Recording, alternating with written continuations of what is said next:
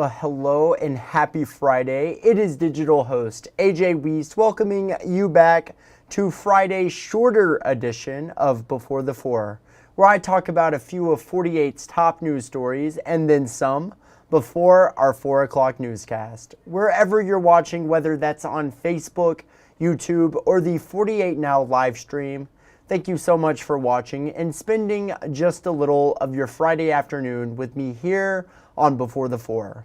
And starting things off with the weather, 48 First Alert meteorologist Chelsea Aaron is here with your latest forecast. Chelsea?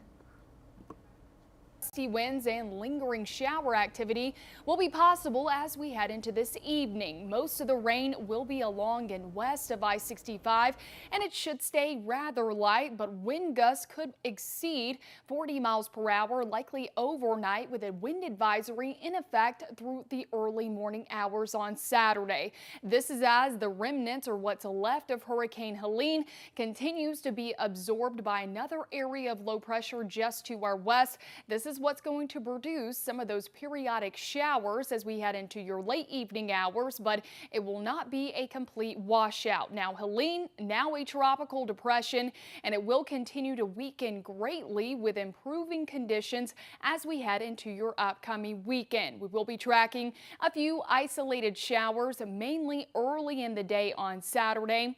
If you're going to any high school football games this evening, make sure you have the rain gear handy, but it will not be a washout from start to finish by any means.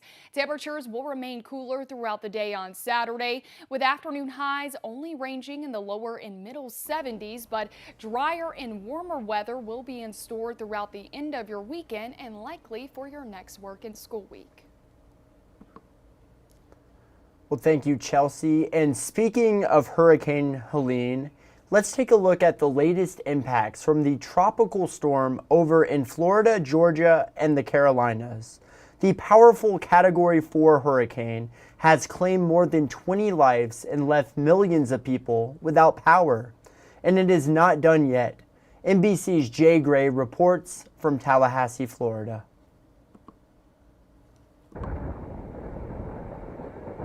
The assault from Helene continues. The storm, no longer a hurricane, but no less of a problem. Helene is causing life-threatening flash flooding, numerous landslides, and downed trees, causing power outages. Flooding will continue through the weekend in some areas. Those floodwaters swallowing entire communities across Georgia and the Carolinas now, spilling into homes, climbing up to the tops of cars. This is so crazy, and I feel so bad for the people's cars that are underwater. I'm like, oh my gosh. I don't know what I would do. Millions across an expanding strike zone, unsure about what to do or what comes next. The massive tropical system pushing inland and across the southeast, tearing apart homes, pulling down trees and power lines. After making landfall overnight along Florida's upper west coast as a Category 4 hurricane with sustained winds of over 140 miles an hour. First responders, rescue and recovery teams, along with 30,000 line crews all rushing into the hardest hit areas from the Keys through the Panhandle as soon as conditions begin to ease. The first 24 hours we focus on search and rescue. Over the next 48 hours, we will add what we call search, secure, and stabilize. But for survivors, it will be a while before anything feels secure or stable again. Jay Gray, NBC News. Well, thank you, Jay. Now let's talk about some high school football going on here in the Tennessee Valley tonight. The 48 game of the week here in week 5, as you can see on screen, the Pisgah Eagles taking on the Randolph Raiders. Pisgah remains undefeated after taking down Fife at the beginning of the season, and since then the Eagles have only kept soaring. They're coming off a 39-14 win over Plainview Friday night. But on the other side, the Randolph Raiders are playing great ball as well. The team is currently on a 4-game winning streak as they seek to make it 5 this Friday. Should certainly be a great game, but of course, that's not the only game going on across the Tennessee Valley. Whoever you're rooting for, make sure to stay tuned for the sports section of our website and check your local scores from across the Tennessee Valley. We will be updating them in real time as they come in. And also make sure to stay tuned to 48 Blitz in our 10 o'clock newscast tonight. And of course, the 48 Blitz OT show here, wherever you're watching before the 4th, starting right at 10:30 for some highlights and game recaps from week 5 of high school football. You're just not going to want to miss it. And speaking of things you're just not going to want to miss, let's head into the stories you're just not going to want to miss in our evening newscasts. The latest story on a situation in Tennessee that has left over 50 people trapped on the roof of a hospital. Get the latest on that situation. And another story you're just not going to want to miss, the latest on a building in Gunnersville that partially collapsed earlier this morning.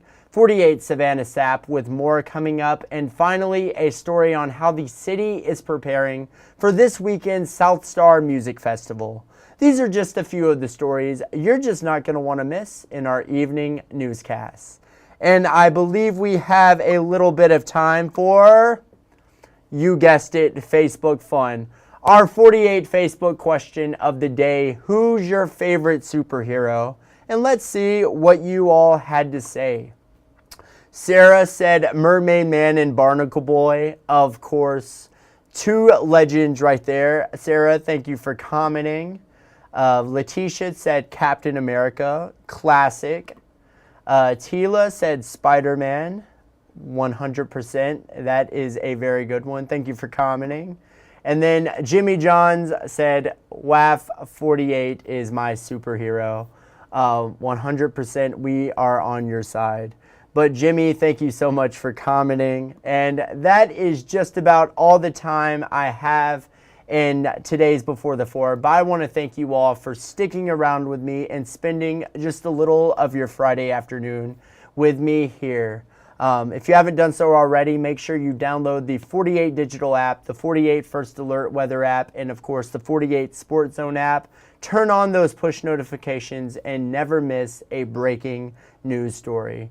But with that said, that is all the time. But of course, I want to thank you for watching. You all have a great night and weekend.